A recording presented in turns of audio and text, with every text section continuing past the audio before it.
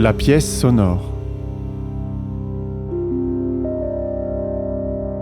Henry Miller ou Henry Miller, via Dieppe New Haven, une nouvelle extraite du recueil Max et les phagocytes, traduite de l'américain par Georges Belmont.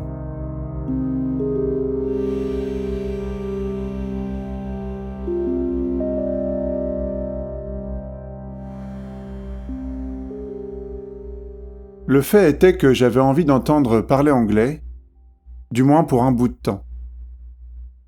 Je n'avais rien à reprocher aux Français, au contraire. Je venais enfin de m'arranger une espèce de chez-moi à Clichy. Tout serait donc allé pour le mieux, n'eût été qu'avec ma femme, j'avais atteint et dépassé le point de crise. Elle habitait Montparnasse. Moi, je partageais avec mon ami Fred un appartement qu'il avait loué à Clichy, juste passé la porte. Ma femme et moi, nous étions tombés d'accord sur le principe d'une séparation. Elle devait rentrer en Amérique dès que nous aurions reçu l'argent du voyage. Jusque-là, donc, tout va bien. Je lui avais fait mes adieux, je considérais l'affaire comme liquidée. Puis un jour, passant chez l'épicière, la brave vieille m'avait informé que mon épouse quittait à l'instant la boutique en compagnie d'un jeune homme, qu'ils avaient fait d'amples provisions et lui avaient demandé de les mettre à mon compte. La vieille semblait un peu perplexe et ennuyée. Je lui déclarai que ça collait. Et ça collait, en vérité, parce que je savais que ma femme n'avait pas le sou et qu'après tout, une légitime a le droit de manger comme une autre. Quant au jeune homme, ça collait aussi. C'était une tapette, un point c'est tout, qu'il l'avait prise en pitié et chez qui, je le supposais, elle avait dû s'installer pour le moment. De fait, tout ça collait au poil, sauf qu'elle était encore à Paris, et quand diable allait-elle se décider à foutre le camp, c'était ce que je me demandais. Quelques jours plus tard, en fin d'après-midi, elle passa nous voir. Elle venait dîner avec nous, pourquoi pas? De notre côté, nous arrivions toujours à dénicher ici ou là un bon morceau, tandis qu'elle, à Montparnasse, au beau milieu de la racaille, tirait la langue dans un quartier où l'on ne pouvait pratiquement rien se procurer à manger. Après le dîner, elle piqua une crise d'hystérie. Elle souffrait, disait-elle, de dysenterie depuis le jour où je l'avais quittée. C'était ma faute. J'avais voulu l'empoisonner. Je l'accompagnai jusqu'au métro de la Porte, sans dire un mot. J'étais vexé en diable, si furieusement vexé même que j'en avais perdu la parole. Elle aussi était vexée, parce que je refusais de discuter la question avec elle. En revenant, je me disais « Cette fois c'est fini, bien fini. Elle ne remettra plus les pieds ici. Ah, je l'ai empoisonnée. Si ça lui fait plaisir, parfait. Amen. N'en parlons plus. » Quelques jours plus tard, je reçus une lettre d'elle, me demandant un peu d'argent pour payer son loyer.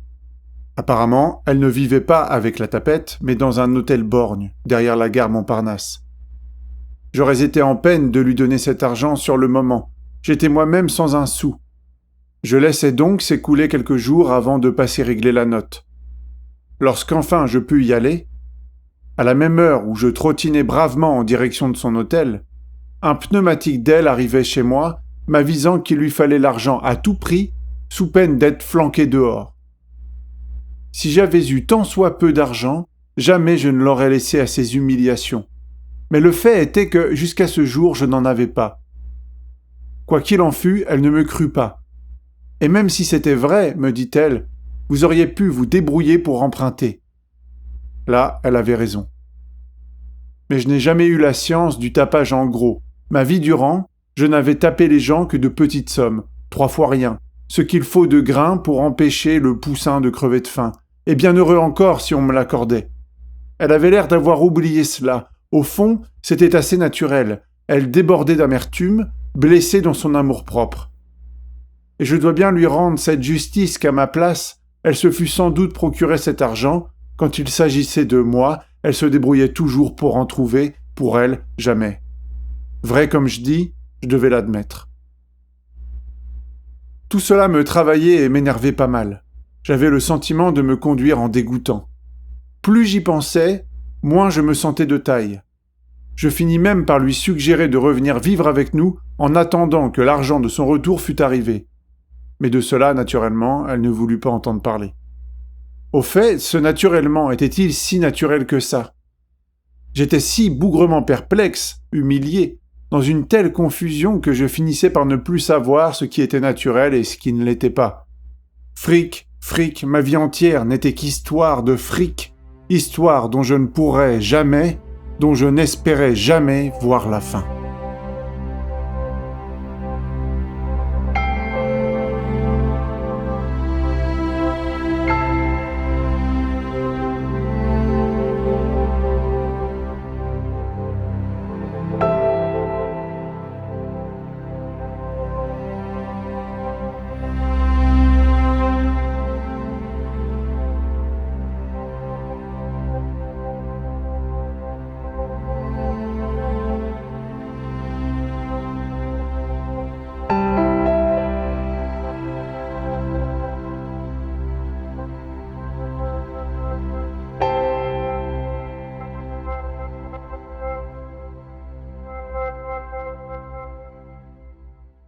Après avoir tourné en rond comme un rat dans une trappe, j'eus la brillante idée de foutre le camp moi-même.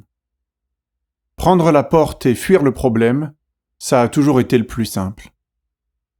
Je ne sais plus d'où me vint cette idée, mais il se trouva tout à coup que j'avais décidé de partir pour Londres. M'eût-on offert un château en Touraine, j'aurais refusé. Pour Dieu sait quelle raison, ma décision était prise. Londres, et Londres seulement. La raison que je m'en donnais était que jamais il ne lui viendrait à l'esprit d'aller me chercher à Londres. C'était une ville que j'avais en horreur, et ma femme le savait. Mais la vraie raison, je ne tardais pas à le découvrir, c'était que j'avais envie d'entendre parler anglais 24 heures sur 24, anglais et rien qu'anglais. J'étais en état d'infériorité. Vu sous cet angle, ce départ était comme un retour dans le sein du Seigneur.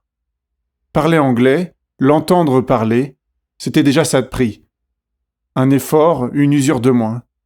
Dieu sait si le fait d'avoir du mal à s'exprimer dans une langue étrangère, ou même simplement le fait d'en avoir les oreilles rebattues, parce qu'on a beau faire, on ne peut pas arriver à se les boucher complètement, Dieu sait si cela seul est une torture raffinée. Je n'avais absolument rien à reprocher aux Français, non plus qu'à leur langue. Jusqu'au jour où ma femme était entrée en scène, j'avais vécu dans une sorte d'Éden. Et puis, subitement, tout avait tourné à l'aigre, comme surit le lait. Voilà que je me surprenais à bougonner contre les Français, et notamment contre leur langue, chose à laquelle je n'aurais jamais pensé si j'avais eu tout mon bon sens. C'était ma faute, je le savais, ma très grande faute, mais cela ne faisait qu'aggraver le cas. Va pour Londres donc, un peu de vacances. Peut-être, d'ici mon retour, serait-elle partie ? En bref, voilà l'affaire. Je rassemblais le fric nécessaire pour payer mon visa et un billet aller-retour. Je m'offris le luxe d'un visa valable pour 1 an, dans l'idée que si, par hasard, je venais à changer d'avis, je pourrais retourner en Angleterre une 2e, une 3e fois. Noël approchait et je commençais à me dire qu'il serait probablement bigrement agréable de passer les fêtes à Londres. Je ne désespérais pas de trouver un Londres différent de celui que je connaissais, un Londres à la Dickens, celui dont rêvent toujours les touristes. J'avais en poche le visa, le billet, et de quoi tenir environ une 10aine de jours. Ma foi, je jubilais presque à l'idée de ce petit voyage. Quand j'arrivai à Clichy, il était l'heure de dîner, ou pas loin. Dans la cuisine, je trouvai ma femme en train d'aider Fred à préparer le repas. Il riait et blaguait. Je savais que Fred ne lui dirait pas un mot de mon départ pour Londres, et, m'étant assis à table, je me mis à rire et blaguer de mon côté. Le repas fut fort gai, je l'avoue, et tout aurait marché pour le mieux si Fred n'avait été forcé de se rendre au bureau du journal après dîner. On m'avait balancé quelques semaines auparavant. Lui continuait, s'attendant à subir le même sort un jour ou l'autre. On m'avait balancé parce que, tout Américain que j'étais, je n'avais pas le droit de travailler comme correcteur dans un journal américain. les Français avaient pour théorie qu'on pouvait tout aussi bien confier le poste à l'un des leurs qui sut l'anglais. J'en étais un peu contrarié, et cette histoire n'était sans doute pas étrangère à l'aigreur du sentiment que j'éprouvais à l'égard des Français depuis quelques semaines. De toute façon, c'était chose faite. J'étais libre. Bientôt, je serais à Londres, je pourrais parler anglais toute la journée, et la nuit aussi bien, si le cœur m'en disait. D'ailleurs, mon livre n'allait pas tarder à paraître, et cela pourrait changer bien des choses.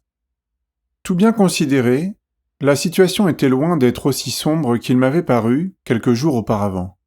Tout à la joie de ma brillante idée, je me laissais un peu aller et, dans un accès d'exubérance, sachant que c'était là sa liqueur préférée, je me précipitai pour acheter une bouteille de chartreuse. Erreur fatale.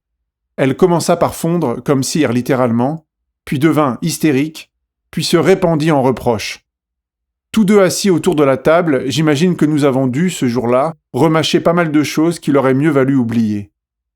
Finalement, je parvins à un tel apogée de remords et de tendresse que je lâchai tout le paquet, le voyage à Londres, l'argent que j'avais emprunté, et tout. Je sortis le fric et l'étalai sur la table. Cela faisait je ne sais plus combien de livres et de shillings, en bel argent anglais, neuf et luisant. Je lui racontais que j'étais désolé, que j'envoyais le voyage à tous les diables, et que dès le lendemain je tâcherais de me faire rembourser le prix de mon billet, et que l'argent serait pour elle. Sur ce point aussi, je dois lui rendre justice. Elle ne voulait vraiment pas de mon argent. Cela la faisait tiquer, je le voyais bien, mais elle finit par le prendre à force de se faire prier et le fourra dans son sac. En partant, elle oublia le sac, et je dus dégringoler les escaliers pour la rattraper et le lui rendre. Elle le prit et me dit au revoir en même temps, encore au revoir, mais cette fois était la dernière, je le sentais. Au revoir. Elle était là, debout, dans l'escalier, levant les yeux vers moi, avec un sourire étrange et douloureux. Au moindre geste de ma part, je savais qu'elle aurait jeté l'argent par la fenêtre, se serait précipitée dans mes bras et serait restée avec moi pour toujours. Je la regardai longuement, revins lentement vers la porte que je refermai. De retour dans la cuisine, je m'assis devant la table et restai là quelques minutes à regarder les verres vides. Puis quelque chose cassa en moi et je sanglotais comme un gosse. Il pouvait être 3 heures du matin quand Fred rentra du bureau. Il ne fut pas long à s'apercevoir que ça n'allait pas. Je lui racontai ce qui s'était passé, puis nous nous mîmes à table et mangeâmes, après quoi nous vidâmes quelques verres de bon vin d'Algérie, suivis de chartreuse, elle-même suivie d'un rien de cognac. C'était une honte, une foutue honte selon Fred. J'étais un bel idiot d'avoir étalé mon argent. J'en convins, mais rien n'y faisait, je m'en trouvais mieux. « Et Londres alors ? Tu ne vas tout de même pas me raconter que tu ne pars plus pour Londres ?» me dit-il. « Si, lui dis-je, j'ai renoncé à ce voyage. D'ailleurs, je ne pourrais plus partir même si j'en avais envie. Où est-ce que je prendrais le fric ?» Fred n'avait pas l'air de penser que le manque de fric était un obstacle si terrible. Il trouverait bien à emprunter 2 billets de 100 au bureau et, le jour de la paye, c'est-à-dire dans quelques jours, il m'enverrait le reste par mandat télégraphique. Nous demeurâmes jusqu'à l'aube à débattre la question, sans cesser de boire, naturellement. Quand enfin je rejoignis ma paillasse, j'entendais sonner le carillon de Westminster et, se mêlant aux cloches, un bruit rouillé de vieux grelots tels qu'on en attache au traîneau. Je voyais qu'on avait jeté une magnifique pelisse de neige sur la saleté de Londres, et tout le monde m'accueillait cordialement au cri de « Merry Christmas !» en anglais, bien entendu.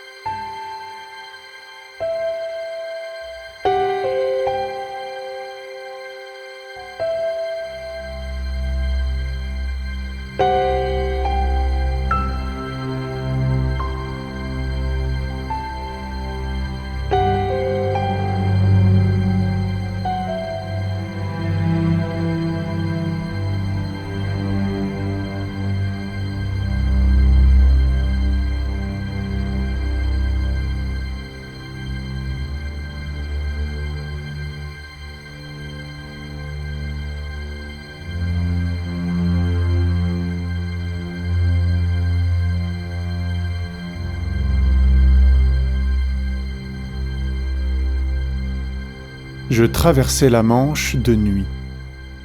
Nuit lamentable, personne sur le pont, claquant de froid. J'avais en poche un billet de 100 francs et un peu de monnaie. Un point, c'est tout. Le plan était le suivant.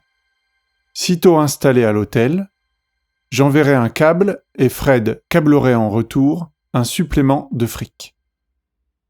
J'étais assis à la longue table du bar, écoutant les conversations.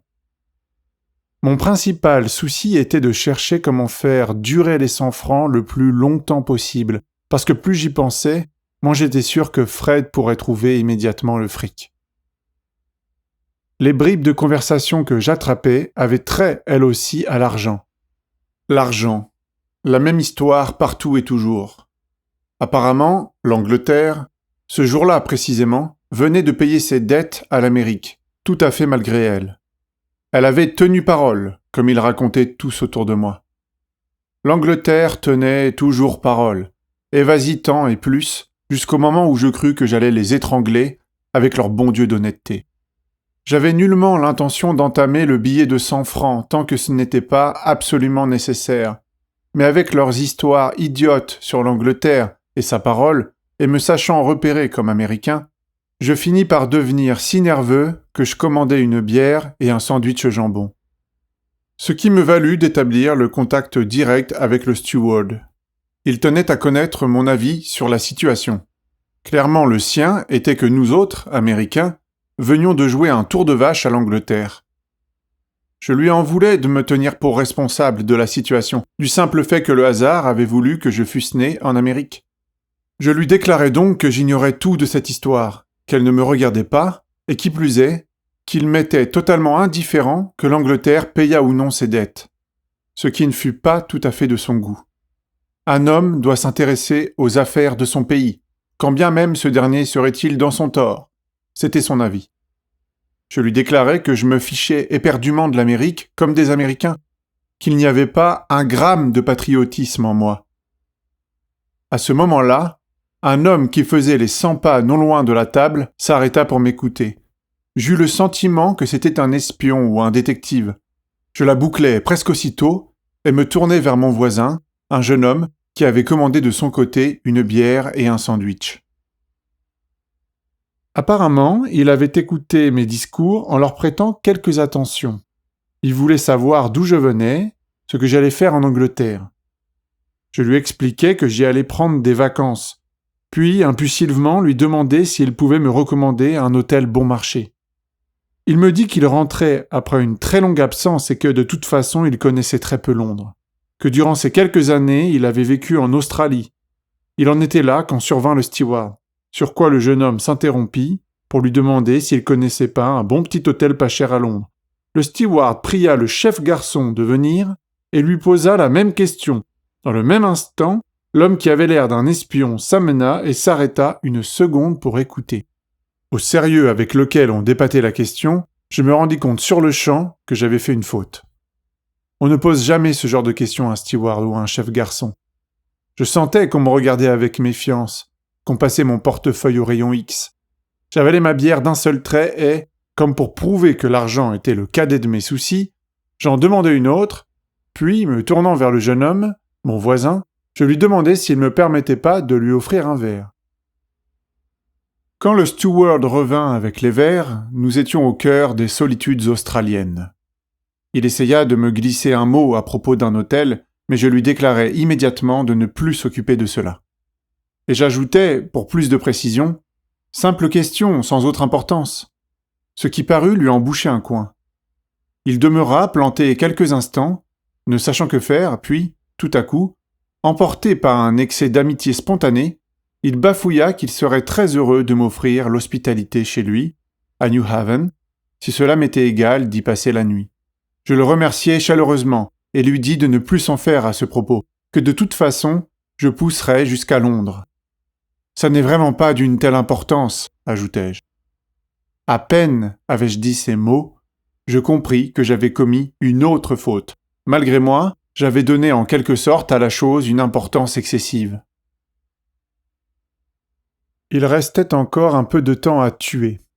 J'écoutais donc le jeune Anglais me faire le récit de son étrange expérience australienne. Il me raconta sa vie de gardien de troupeau et comment on castrait je ne sais plus combien de milliers de moutons en une seule journée. Il fallait travailler vite, si vite en fait que le plus simple était de happer les testicules entre les dents, un rapide coup de couteau, et on crachait le tout. Il essayait de calculer combien de milliers de paires de testicules il avait pu mordre ainsi et recracher à la faveur de cette opération de bouche et de main durant son séjour en Australie. Et tout en se livrant à ce calcul mental, il s'essuyait les lèvres du revers de la main. « Ça devait vous laisser un drôle de goût dans la bouche, » lui dis-je, m'essuyant aussi les lèvres instinctivement. « Pas tant mauvais qu'on pourrait le croire, » me répondit-il calmement. « On se fait à tout avec le temps. Non, ça n'avait pas si mauvais goût que ça. L'idée est pire que la chose. C'est égal, jamais je n'aurais pensé, quand je quittais l'Angleterre et le confort de mon home, que je devrais gagner ma vie à cracher ces trucs-là. On se fait à tout pratiquement quand il n'y a pas moyen de faire autrement. » Je pensais de même. Je pensais à l'époque où je brûlais les broussailles dans une orangeraie de Chula Vista. 10 heures par jour sous un soleil d'enfer, à courir d'un brasier à l'autre, et la morsure des mouches à devenir fou. Et tout cela pourquoi ? Pour me prouver que j'étais un homme, je suppose, et que je pouvais tenir le coup. Et cette autre époque encore où j'étais fossoyeur, histoire de montrer que je n'avais pas peur d'aucune tâche, fossoyeur. Un volume de Nietzsche sous le bras, m'efforçant d'apprendre par cœur le second Faust, durant le trajet aller-retour de mon travail. Ma foi, comme dit le steward, jamais les Anglais ne jouent de tour de vache. Le bateau s'arrête.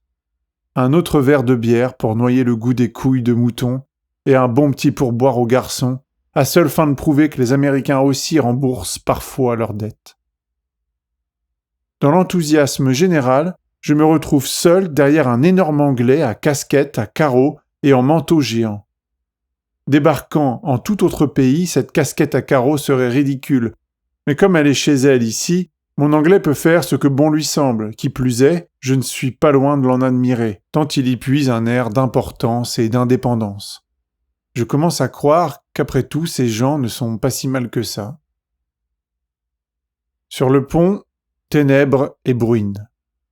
La dernière fois que j'avais poussé jusqu'en Angleterre, j'avais remonté la Tamise. Il faisait noir aussi, il bruinait, les visages étaient gris cendre, les uniformes noirs, les maisons sévères et sales. Et tout en haut de Hyde Holborn Street, chaque matin, je m'en souviens, défilait devant moi le cortège le plus respectable, le plus lamentable, le plus désolant de mendiants que Dieu ait jamais fait.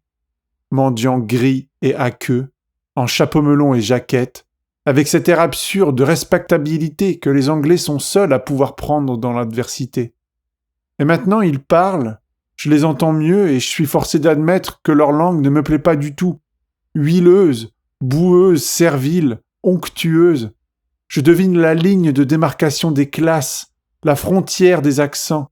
L'homme à la casquette à carreaux et au manteau est devenu soudain une espèce d'âne pompeux. On dirait qu'il parle Choctaw au porteur.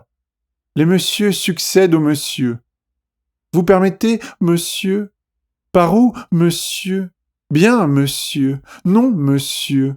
Du diable si ça ne me donne pas envie de ramper tous ces « bien, monsieur, non, monsieur ». Et mon cul, me dis-je à voix basse.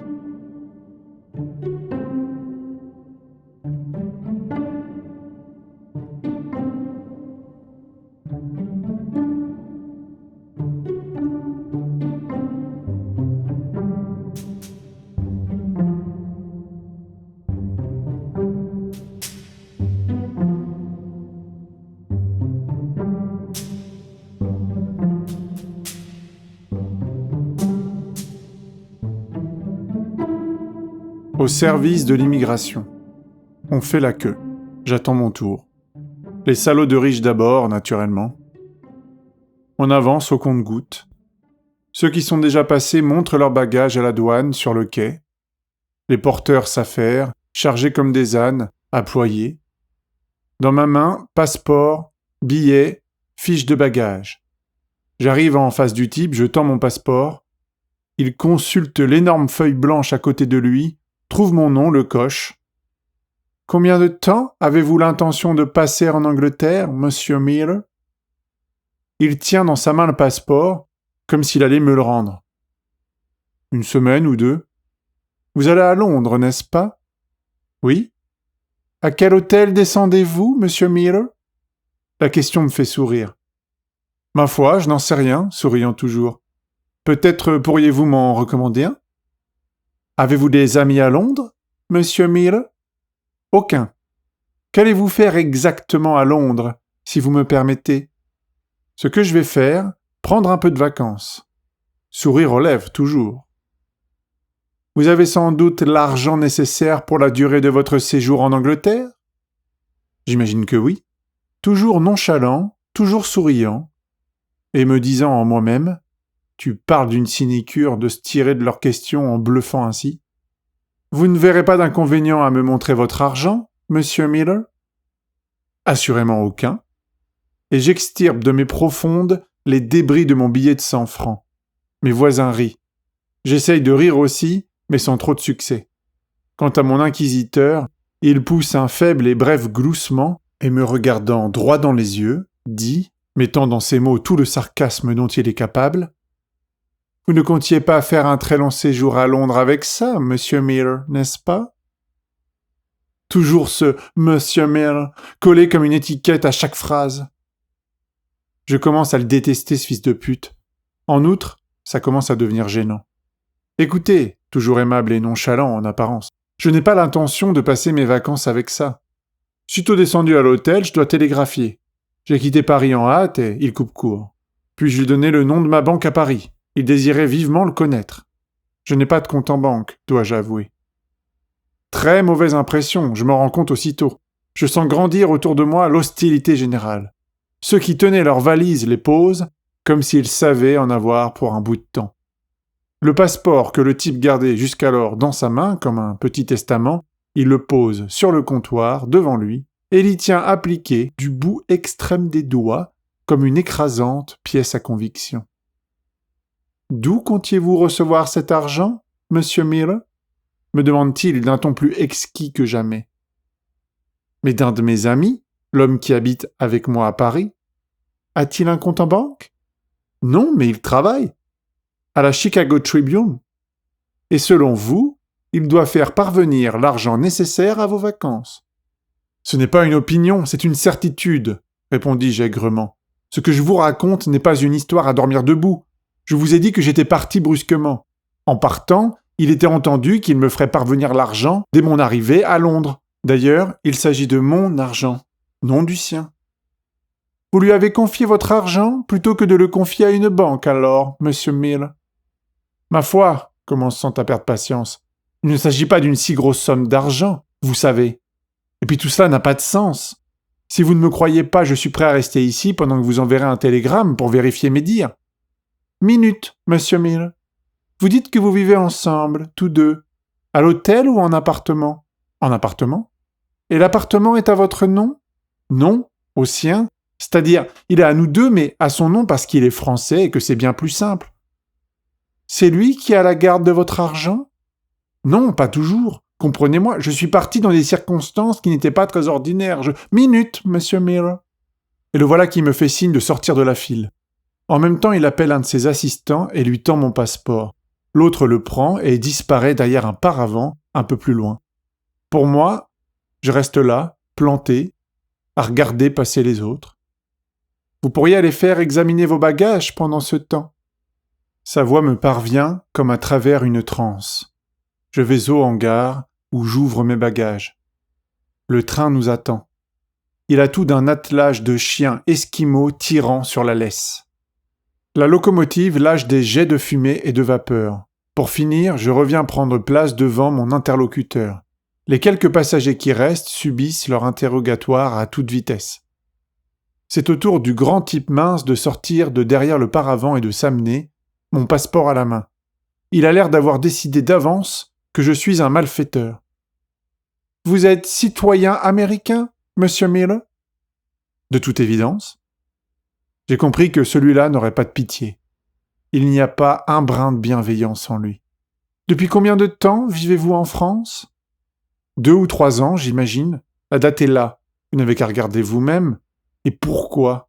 Qu'est-ce que ça a à voir ?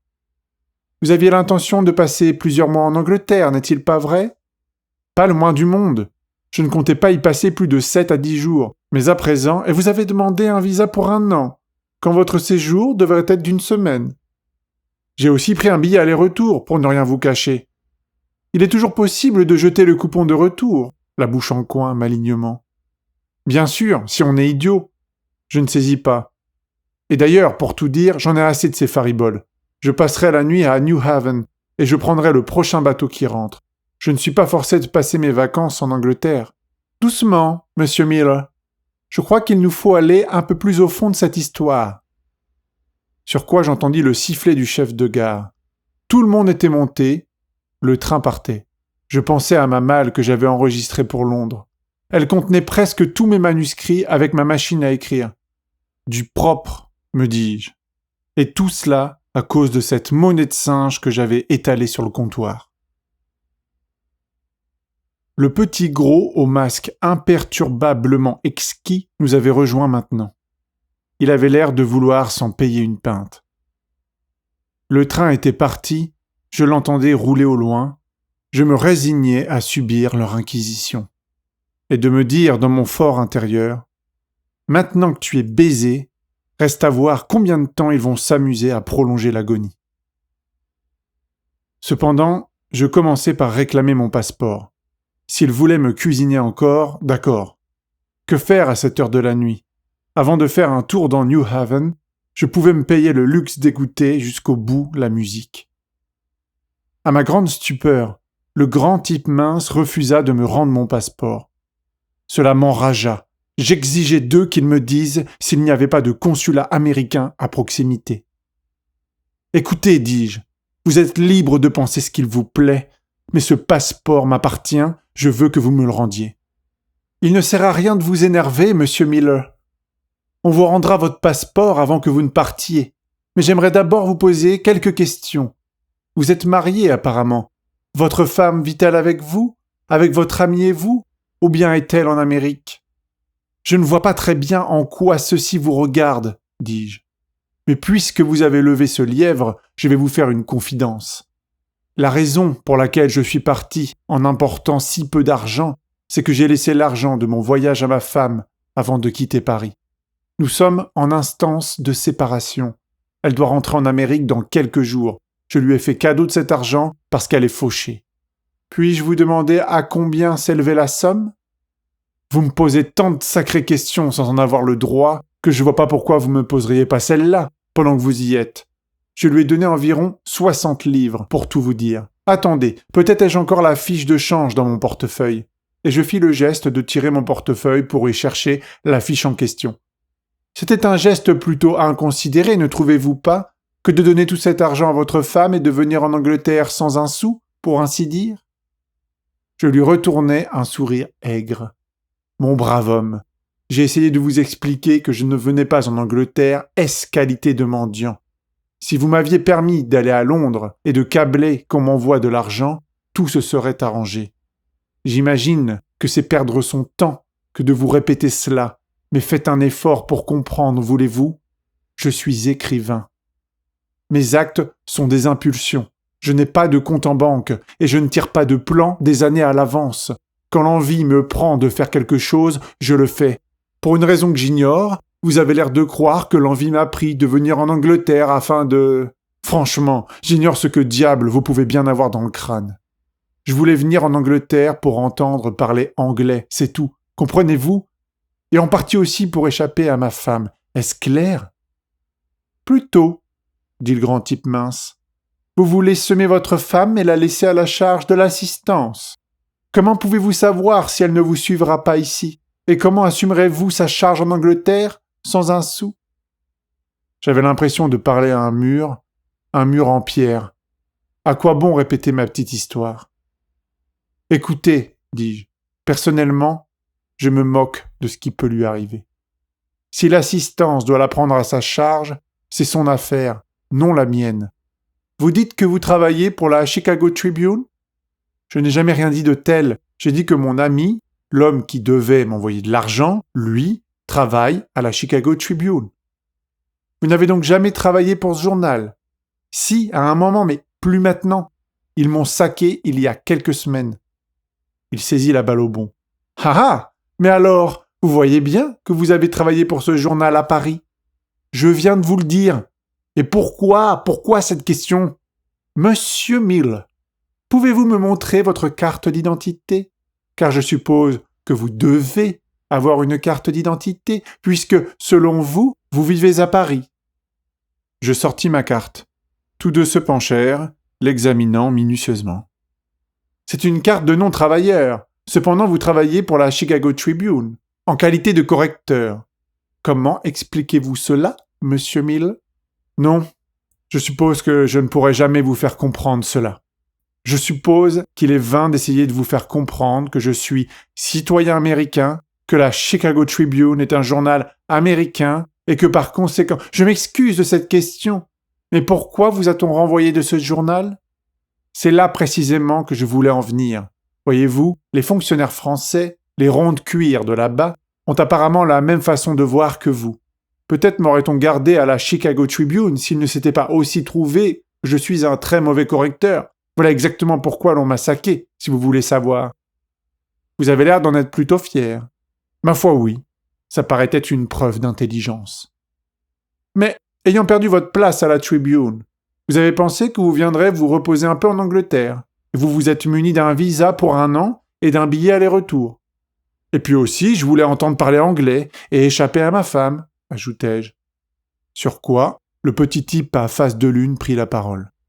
Le grand semblait enclin à renoncer à poursuivre la bagarre. Vous êtes écrivain, monsieur Miller? Oui. C'est-à-dire que vous écrivez des livres et autre chose de ce genre? Oui. Vous écrivez pour des revues américaines? Oui. Lesquelles? Pouvez-vous m'en nommer? Certainement. The American Mercury, Harper's, Atlantic Monthly, Scribner's, The Virginia Quarterly, The Yale Review. Un instant. Il revint à son guichet, se pencha, sortit un énorme et pesant annuaire. American Mercury, American Mercury. Il marmonnait obstinément, tout en tournant les pages, du pouce. Henry V. Miller. Henry V. Miller. Cette année-ci ou l'an dernier, monsieur Miller? Cela pourrait bien être il y a 3 ans, pour le Mercury, dis-je avec douceur. Apparemment, il n'avait sous la main aucun annuaire qui remontât aussi loin. Pouvais-je lui donner le nom d'une revue où j'avais écrit durant ces 1 ou 2 dernières années? Je lui ai dit que non, j'avais été trop occupé à écrire un livre ces 2 dernières années. Le livre avait-il été publié? Comment s'appelait l'éditeur américain? C'était un Anglais qui l'avait publié, lui dis-je. Quel était le nom de l'éditeur? The Obelix Press. Il se gratta le crâne. Anglais, l'éditeur. Il avait l'air de ne pouvoir se souvenir d'aucune firme anglaise de ce nom. Il fit appel à son comparse, qui avait disparu derrière le paravent en emportant mon passeport. Il hurla. « Connaissez ça, vous, Obelix Press ?» J'estimais alors opportun de lui dire que mon éditeur anglais était installé à Paris. Je crus qu'il allait devenir enragé. Un éditeur anglais installé à Paris. C'était une violation des lois naturelles. Mais enfin, pour autant, quels étaient les titres des livres? Il n'y en a qu'un, dis-je. Il s'appelle Tropic of Cancer. Cette fois, je crus qu'il allait avoir un accès. Sur l'instant, je ne compris pas ce qui lui arrivait. Finalement, il parut se ressaisir quelque peu et, de la voix la plus suave, la plus sarcastique qu'on puisse imaginer, me dit « Voyons, monsieur Mill, vous n'allez pas me dire que vous écrivez aussi des ouvrages de médecine ?» Ce fut mon tour d'être confondu. Ils étaient là tous les deux me perçant du regard avec leurs méchants petits yeux en vrille. « Le Tropic of Cancer, repris-je lentement, solennellement, n'est pas un ouvrage de médecine. »« Qu'est-ce que c'est alors ?» s'écriaient-ils ensemble. « Le titre, répondis-je, est symbolique. Le tropique du cancer est le nom que l'on donne dans les livres à une zone tempérée, qui s'étend au-dessus de l'équateur. Sous l'équateur, c'est le tropique du Capricorne, la zone tempérée sud. Bien entendu, mon livre n'a non plus rien à voir avec la climatologie, à moins qu'il ne s'agisse d'une sorte de climat mental. Cancer est un mot qui m'a toujours intrigué. On le retrouve également là où il est question du zodiaque. Étymologiquement, il vient de chancre, ce qui signifie crabe. En symbolique chinoise, c'est un signe d'une haute importance. Le crabe est la seule créature vivante qui peut marcher indifféremment dans tous les sens, à reculons ou devant soi, aussi bien qu'obliquement. Bien entendu, mon livre ne traite pas explicitement de toutes ces questions.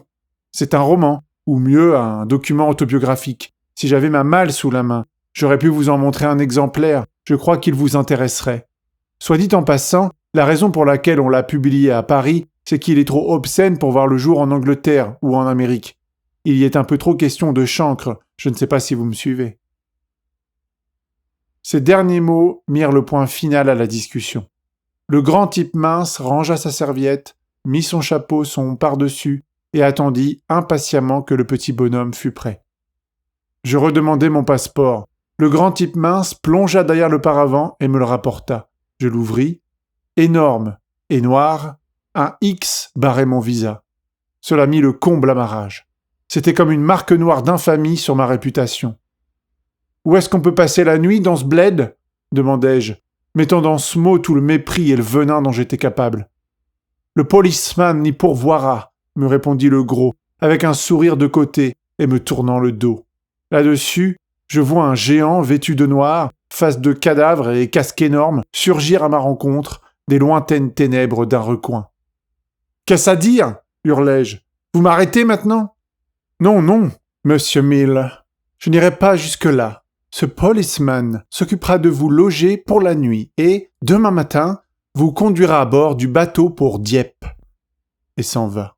« D'accord, dis-je, mais je vous promets que vous me reverrez. Peut-être pas plus tard que la semaine prochaine. » Entre-temps, le policeman m'avait rejoint et saisi par le bras. J'étais blanc de rage, mais cette ferme étreinte sur mon bras me disait assez qu'il était vain d'en dire plus long. La mort n'a pas la poigne plus solide.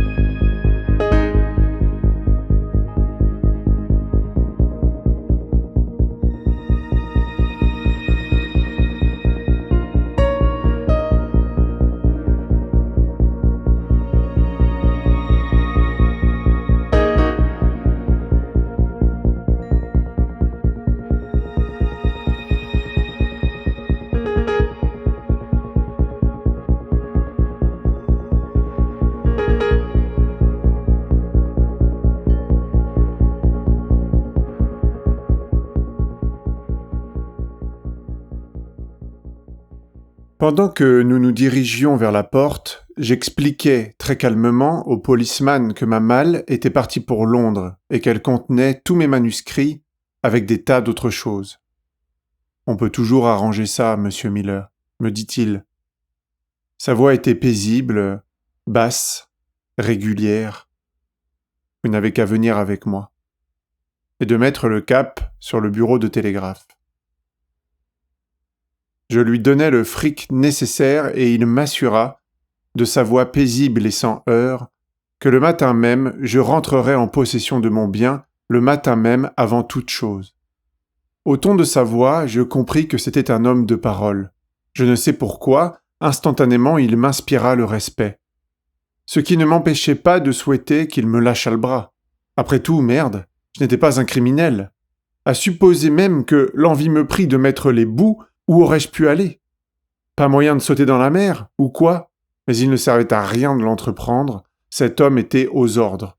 Un coup d'œil suffisait pour comprendre qu'il était dressé comme un chien. Avec douceur et fermeté, il m'escorta jusqu'au violon. Il nous fallut traverser un tas de pièces et de vestibules vides et mal éclairés avant de parvenir dans cet antre. À chaque porte qu'il ouvrait, il faisait halte et, sortant un trousseau de clés, bouclait l'issue derrière nous. C'était impressionnant. Cela ne tarda pas à me donner un petit frisson qui n'était pas désagréable. C'était à la fois effrayant et grotesque. Dieu sait ce qu'il aurait fait si j'avais été pour de bon un dangereux criminel. J'imagine qu'il aurait commencé par me passer les menottes. Toujours est-il que nous finîmes par arriver au violon, sorte d'énorme et lugubre salle d'attente, à peine éclairée. Pas une âme qui vive, rien que des bancs, interminables et vides, du moins ce fut ce qui me sembla. « C'est ici que nous passons la nuit », dit le policeman de la même voix paisible et régulière. Bonne voix de bonne race, vraiment. Je commençais à l'aimer, cet homme. « Vous trouverez un lavabo là-dedans » ajouta-t-il, montrant une porte dans mon dos. « Je n'ai pas besoin de me laver, dis-je, mais j'aimerais bien poser culotte. »« C'est par là, » me répondit-il. En ouvrant la porte, il me donna la lumière. Je pénétrai dans ce lieu, retirai manteau et veste, m'accroupis sur le siège. Soudain, alors que j'étais assis, occupé à chier, je levai la tête, stupeur. Le policeman était installé près de l'entrée, sur un petit tabouret. Je n'irai pas jusqu'à dire qu'il me surveillait, mais certainement il m'avait à l'œil, comme on dit. Du coup, mes boyaux se congelèrent. Ça, me dis-je, par exemple, c'est la fin de tout. Et sur le champ, je gravai cet incident dans ma mémoire, me jurant de le mentionner dans mes écrits. En me boutonnant, je ne pus m'empêcher de lui exprimer modérément mon étonnement. Il prit mes paroles du bon côté, me répondant très simplement que ses fonctions l'exigeaient. « Je dois vous garder en observation jusqu'à ce que je vous ai remis au capitaine, demain matin, » m'expliqua-t-il. « Tels sont les ordres que j'ai reçus. » Y a-t-il parfois des gens qui essayent de se sauver ? Pas très souvent, me dit-il. Mais les affaires ne sont pas brillantes aujourd'hui, vous savez. Il y a des tas de gens qui voudraient se faufiler en Angleterre, qui ne sont pas d'ici. Des gens qui cherchent du travail, vous savez. Oui, je sais, dis-je, c'est la crise. J'allais et venais à pas lents dans l'énorme salle d'attente. Soudain, je sentis la fraîcheur. J'allais prendre, sur un gros banc où je l'avais laissé, mon pardessus et je le jetai sur mes épaules. « Voulez-vous que je fasse un peu de feu, monsieur ?» me demanda tout à coup le policeman. Je trouvais que, de sa part, c'était faire preuve d'une sacrée considération que de me poser ce genre de questions. Je répondis donc. « Ma foi, je ne sais. Et vous, avez-vous envie aussi ?»« Là n'est pas la question, monsieur, » me dit-il. « Le fait est que légalement vous avez le droit à du feu si vous le désirez. »« Au diable, lui dis-je. L'important c'est de savoir si c'est ennuyeux ou non. Peut-être pourrais-je vous aider. »« Non, non. Il est de mon devoir de vous faire du feu si vous le désirez. Je n'ai rien d'autre à faire que de m'occuper de vous. »« Eh bien, dans ce cas, va pour le feu, dis-je. Ainsi donc, légalement, on a le droit à du feu, Dieu me damne. » Le feu allumé, mon policeman me suggéra de m'étendre sur un banc et de me mettre à mon aise. Il alla dénicher quelque part un coussin et une couverture.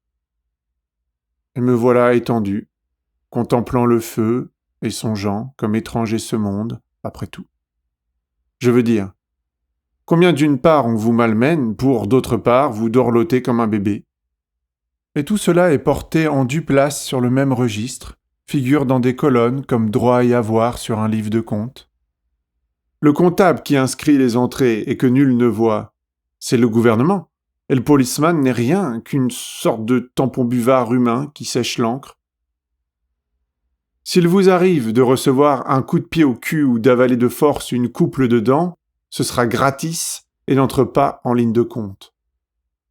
Le policeman avait pris place sur son petit tabouret, au coin du feu, et lisait un journal du soir.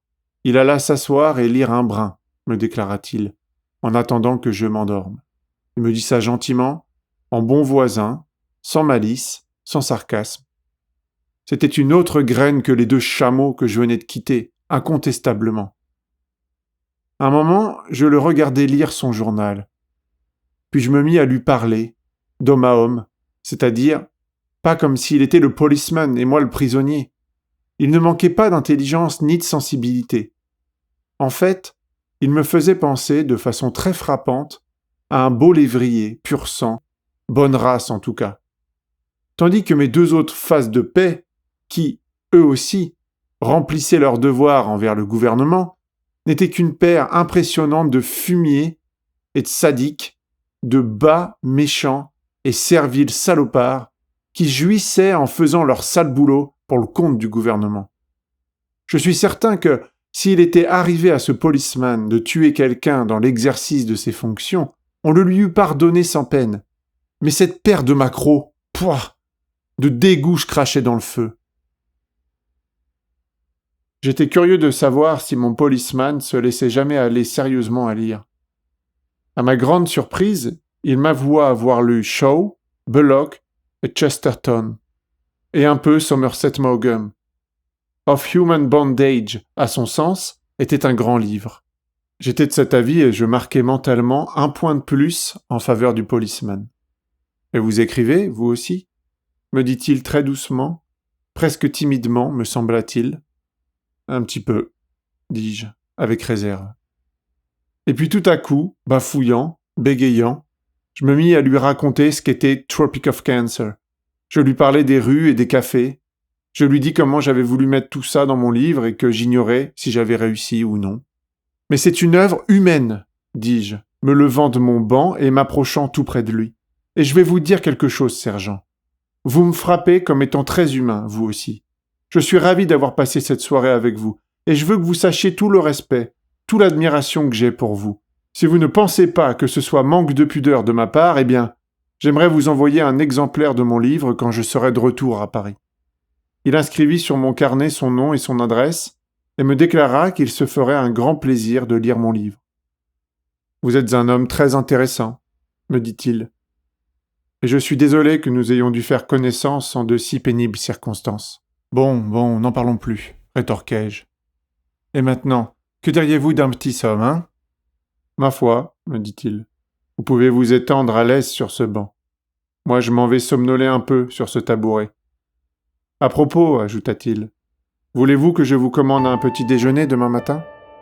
Je me dis que ma foi, c'était vraiment un assez chic type, on ne fait pas plus brave. Et là-dessus, fermai les yeux et m'assoupis.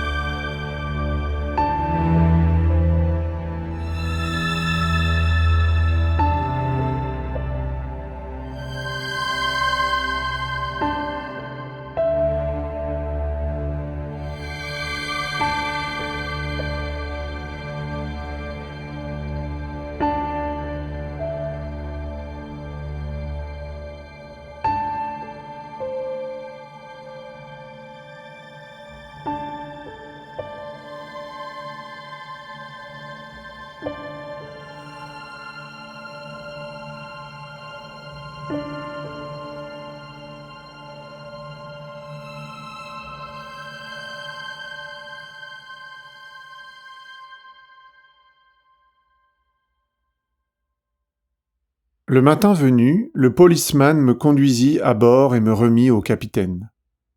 Il n'y avait encore personne sur le pont.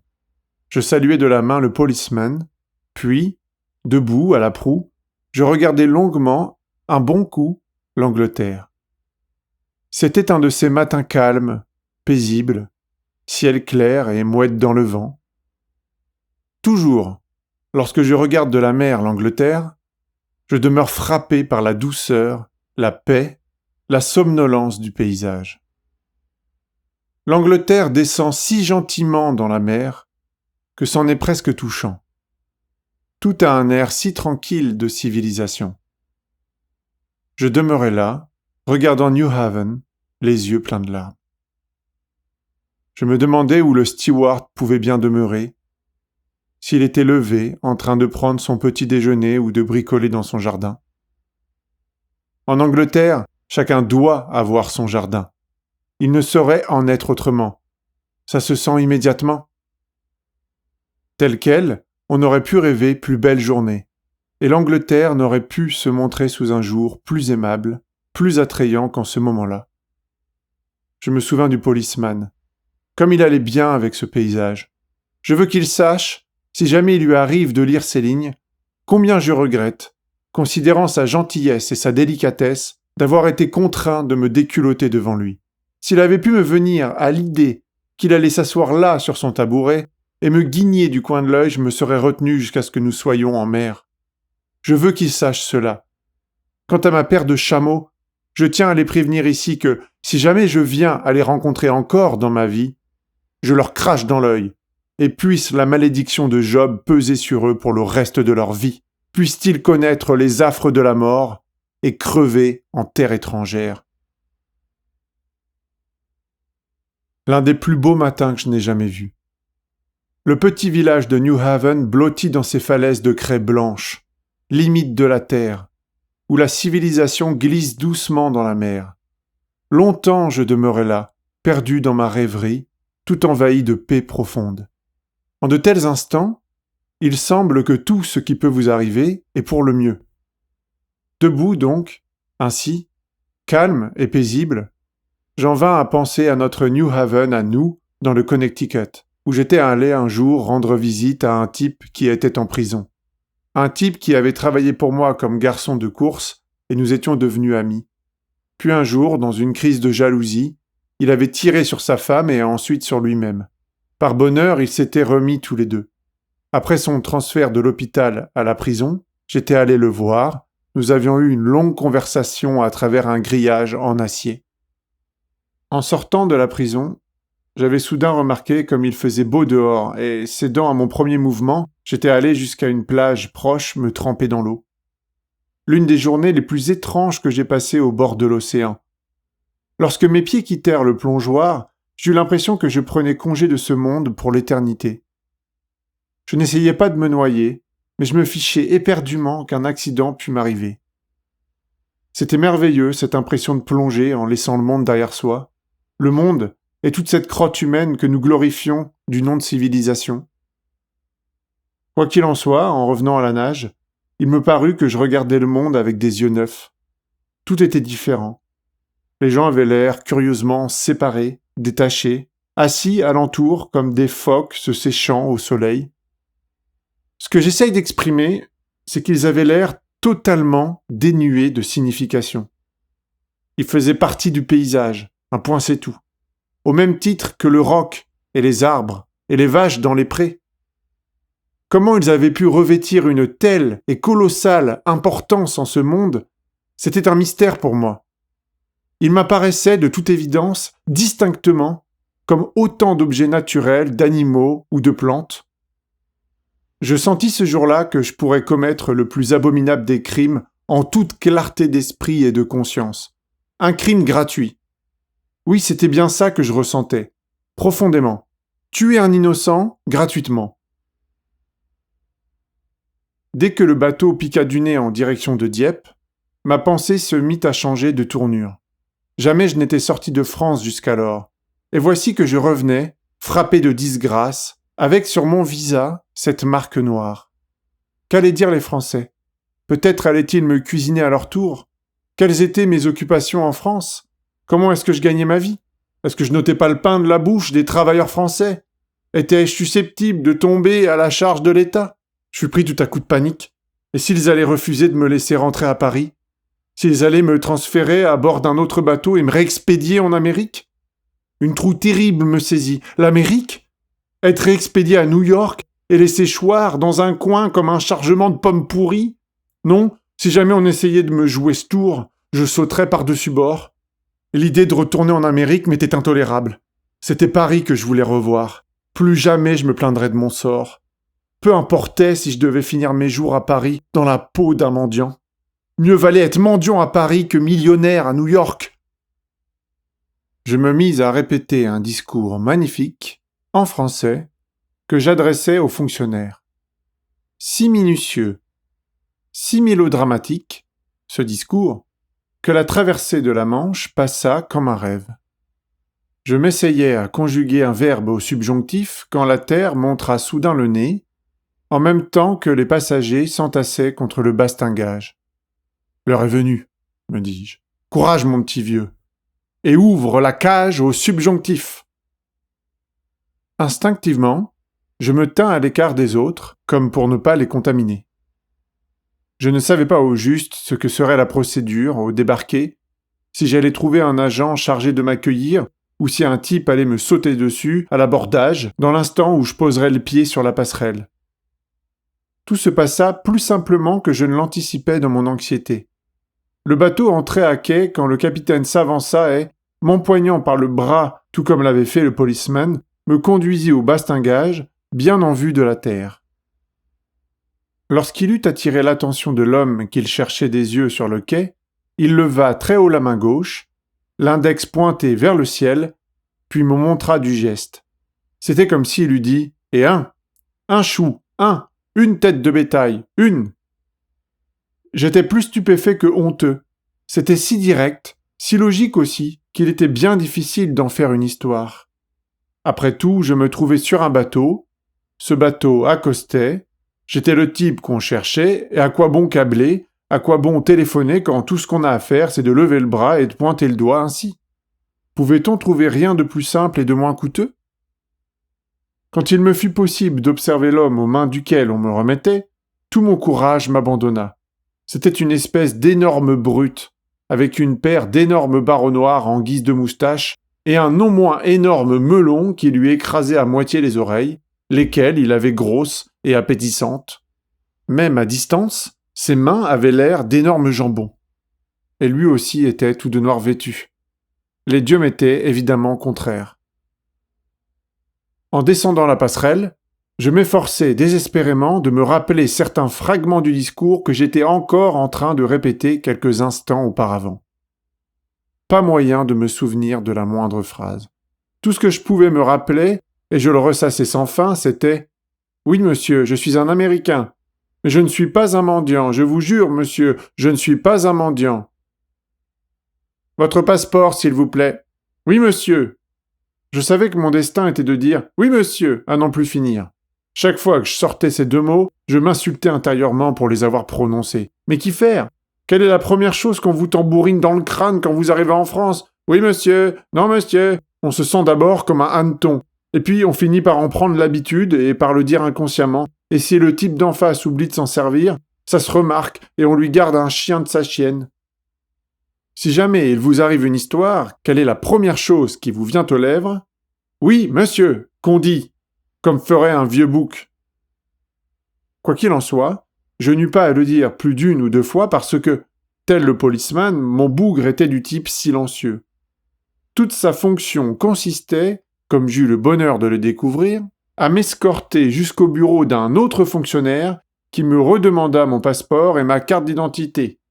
Là, du moins, on me pria poliment de m'asseoir, ce que je fis en éprouvant un grand sentiment de soulagement, en même temps que, jetant un dernier regard sur l'énorme brute qui venait de se débarrasser de moi, je me demandais « Où donc ai-je déjà vu cette bête ?» Après le cuisinage de la nuit précédente, je remarquai sur-le-champ une différence, le respect de l'individualité de chacun. Aujourd'hui, je pense que même si cet homme m'avait fourré sur un bateau en partance pour l'Amérique, j'aurais accepté mon sort sans protester. La langue, à tout le moins, était régie par un ordre intérieur. Le caprice, l'insolence, la mesquinerie, la turpitude et la vengeance étaient absents de son discours. Il parlait la langue de son peuple, et cette langue impliquait une forme intérieure venue d'une profonde expérience de la vie. Cette clarté était d'autant plus frappante lorsqu'on la comparait au chaos extérieur au milieu duquel il se mouvait. En fait, il était presque ridicule ce désordre dont il s'enveloppait. S'il échappait encore au ridicule, c'est qu'il prenait source dans une certaine humanité, dans l'humaine faiblesse, la faillibilité humaine. C'était un désordre où on se sentait chez soi, qui est la forme purement française du désordre. Il me posa quelques questions d'ordre courant qui ne m'ôtèrent rien de ma confiance. Je n'avais toujours pas la moindre idée de ce qu'allait être mon sort, mais je savais pour de bon que, quel que pût être son verdict, il ne serait dicté ni par l'humeur ni par la malveillance. Je restais assis sans mot dire, observant la façon dont il menait sa petite affaire. Rien, eût-on dit, ne marchait tout à fait comme il eût fallu, ni la plume, ni l'encre, ni la règle. C'était comme s'il venait d'ouvrir son bureau, comme si j'étais son premier client. Mais il savait ce que c'était qu'un bureau, il avait dû en tenir des milliers de la sorte. Si tout n'allait pas pour le mieux du premier coup, il ne s'en faisait pas pour si peu. L'important, il l'avait appris d'expérience, était que tout fût inscrit en règle sur les registres qu'il fallait, et qu'on eût sous la main les tampons et les timbres nécessaires pour donner à l'affaire un air légal et orthodoxe. Qui j'étais, ce que j'avais fait, je croyais l'entendre se dire à soi-même « ça ne me regarde pas ».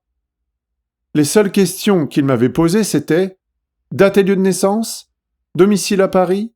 Date d'arrivée en France ?» En possession de ces 3 faits, il était en train de fabriquer un magnifique petit dossier à mon nom qu'il revêtirait pour finir de sa signature, avec le paraphe adéquat, puis sur lequel il apposerait les timbres avec les tampons adéquats. Tel était son métier, et il le savait, le comprenait parfaitement.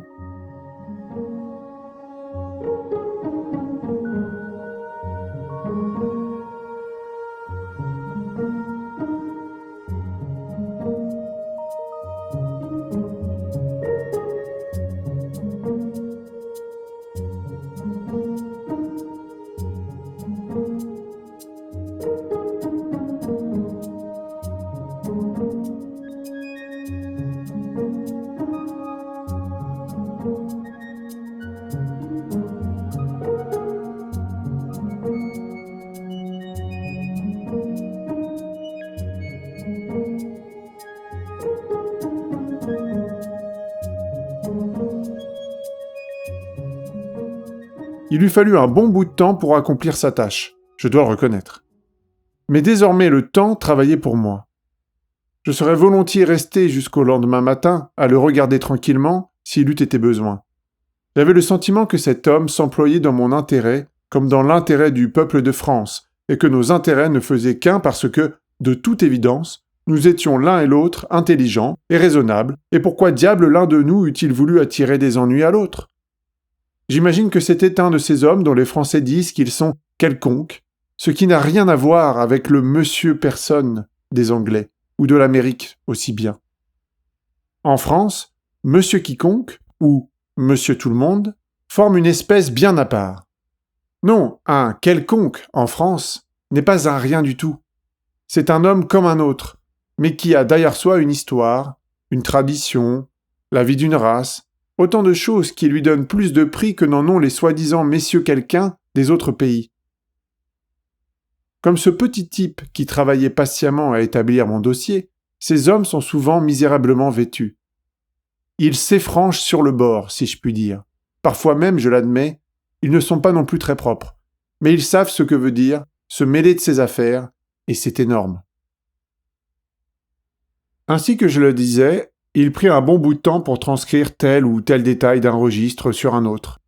Il y avait le papier carbone qu'il fallait ajuster, les reçus qu'il fallait détacher, de petites étiquettes qu'il fallait coller, et ainsi de suite. Et puis, tailler le crayon entre-temps, ajuster une nouvelle plume au porte-plume, se mettre en quête des ciseaux, qu'on retrouvait en fin de compte dans la corbeille à papier, changer l'encre, dénicher un buvard neuf, des tas de choses, quoi. Et, pour mettre le comble à ces complications, il s'aperçut à la dernière minute que mon visa français était expiré. Peut-être fût-ce par pure délicatesse qu'il se borna à me suggérer que je ferais bien de le faire renouveler, au cas, précisa-t-il, où j'aurais envie de me faire un autre voyage hors de France. Je m'empressai d'acquiescer à cette suggestion, tout en ayant l'intime conviction que je n'étais pas prêt de songer à sortir de France à nouveau. Je lui donnai donc mon assentiment, plus par politesse et considération pour les vaillants efforts qu'il avait déployés en faveur de ma cause. Quand tout fut en règle, et que mon passeport et ma carte d'identité se retrouvèrent en sécurité dans ma poche, je lui suggérai très respectueusement de venir prendre un verre avec moi au bar d'en face. Il accepta mon invitation avec beaucoup de grâce et, sans nous presser le moins du monde, en homme de loisir, nous nous acheminâmes vers le bistrot qui regarde la gare. Il me demanda si j'aimais vivre à Paris. « C'est tout de même plus intéressant que ce trou, hein » ajouta-t-il. Notre entretien ne dura pas longtemps. Il ne restait que quelques minutes avant le départ du train. Je me disais, sait-on jamais ? Peut-être à la fin me demandera-t-il, comment diable vous êtes-vous arrangé pour vous attirer ces ennuis ? Mais non, pas la moindre allusion à ce chapitre. Nous revinrent ensemble sur le quai de la gare. Le sifflet donna le signal du départ. Je lui donnai une cordiale poignée de main. lui me souhaita bon voyage. J'avais déjà pris place qui l'attendait encore sur le quai. Il me fait signe de la main et répéta « Au revoir, monsieur Miller, et bon voyage !» Il y avait cette fois quelque chose qui faisait plaisir à entendre dans ce monsieur Miller. Quelque chose de bon et de parfaitement naturel. De si bon et de si naturel, en vérité, que les larmes m'en vinrent aux yeux. Oui, tandis que le train laissait derrière lui la gare, je me souviens distinctement de 2 grosses larmes dévalant la pente de mes joues et s'écrasant, pour finir, sur mes mains. Du même coup, j'avais retrouvé le sentiment d'être en sécurité et celui de vivre au milieu d'êtres humains.